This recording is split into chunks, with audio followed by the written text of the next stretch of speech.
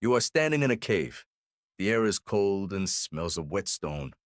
Above you, painted in ochre and soot, is a figure. It has a round head, no mouth, no nose, just two enormous black eyes staring back at you across 40,000 years. Who drew that? And why does it look exactly like the beings people still describe today? For decades, scientists have quietly noticed something strange. Human evolution does not move in a straight line. It jumps. About 70,000 years ago, something happened to your ancestors. Brain size increased. Tool use exploded. Language, art, and abstract thought appeared almost overnight in evolutionary terms. Anthropologists call it the Great Leap Forward. But nobody agrees on what caused it. What if it wasn't random? What if something reached into the genetic code of early humans and changed it on purpose? That idea has a name: paleocontact. It is the theory that extraterrestrial beings visited Earth in the distant past and intervened directly in human development, including our biology. It sounds impossible, but the evidence your ancestors left behind is stranger than most people realize. Start with Sumer, one of the oldest civilizations on record in what is now Iraq. Around 3,800 BCE, the Sumerians left behind thousands of clay tablets covered in cuneiform, the earliest known writing system.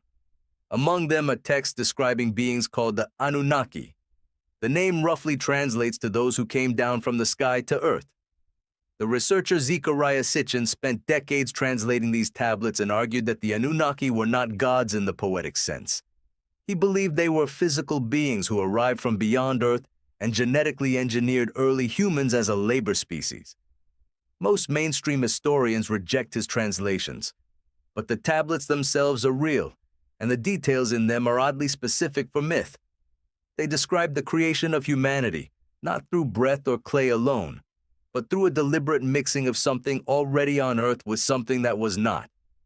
Now hold that thought and travel 5,000 miles east to Japan. Long before Suma's tablets were carved, a Jomon period culture was shaping small clay figurines called Dogu. Some are over 10,000 years old. Many have enormous goggle-like eyes, round helmet-shaped heads, and bodies with strange raised lines that look almost like suits.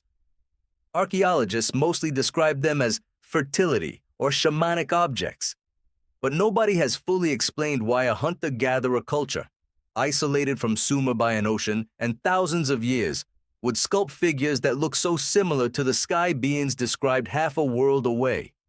Two unconnected civilizations. Two sets of eyes staring out from the past. Coincidence or memory? Now go south to the Puma Punku ruins in Bolivia, over 12,000 feet above sea level.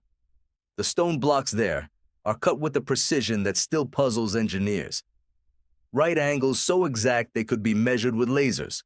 Interlocking joints carved into andesite, one of the hardest stones on Earth, without a known source of iron tools in the region at the time.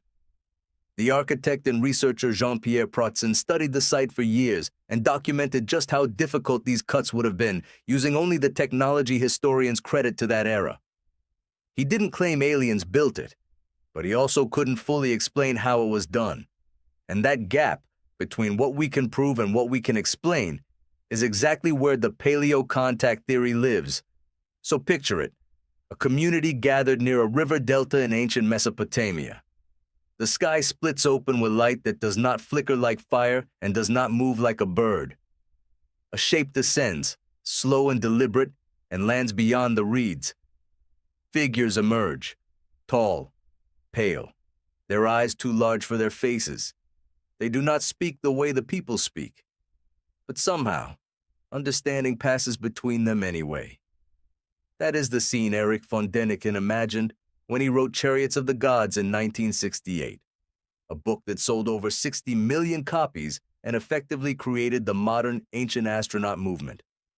Von Däniken pointed to ancient art, architecture, and religious texts across the world and asked a single uncomfortable question. What if the gods our ancestors worshipped were not metaphors? What if they were memories of something real? Critics call it pseudoscience. And in fairness, Much of the specific evidence has been challenged or debunked over the years.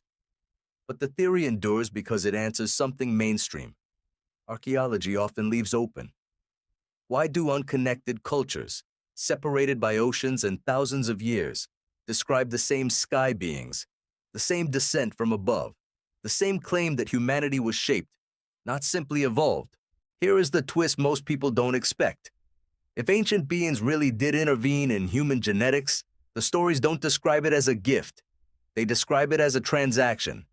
The Sumerian tablets say humans were created to work, to mine, to serve, not to be equals, not to be loved, to be useful. That reframes everything.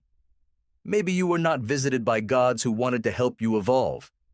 Maybe you were the result of something closer to an experiment, run by beings who left once the results were recorded and never came back to explain themselves.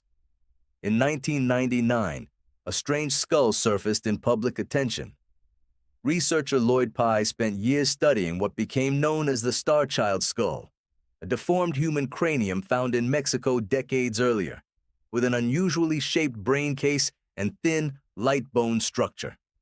Pye argued its features didn't match any known human medical condition. Later DNA testing confirmed the skull was human, with a human mother, though the father's DNA could not be fully identified due to degradation. Mainstream science attributes its shape to hydrocephalus, a known medical condition, but the case became a symbol for a much bigger question. If your ancestors really were altered, would the proof still be sitting in a drawer somewhere, filed under birth defect? You don't have to believe any of this to notice the pattern. Sky beings with strange eyes appearing in unconnected cultures, structures too precise for their supposed era, origin stories that all agree humanity was made, not born, and a species that mysteriously developed abstract thought and complex genetics faster than evolution alone typically allows. Today, you carry a version of that same unanswered question, whether you realize it or not. Every time you watch a declassified Pentagon video of an unidentified object outmaneuvering a fighter jet, every time NASA announces a new search for biosignatures on a distant moon, every time you look up at the night sky and feel, for just a second, that something might be looking back. Your ancestors felt that too, they just had a different word for it. They called it a god.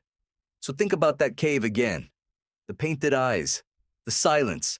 Someone stood exactly where you are now, thousands of years ago, and chose to remember what they saw by putting it on the wall forever. Now, when you look up at that same night sky, ask yourself, was that memory a myth? Or was it the last surviving record of the day your species was rewritten?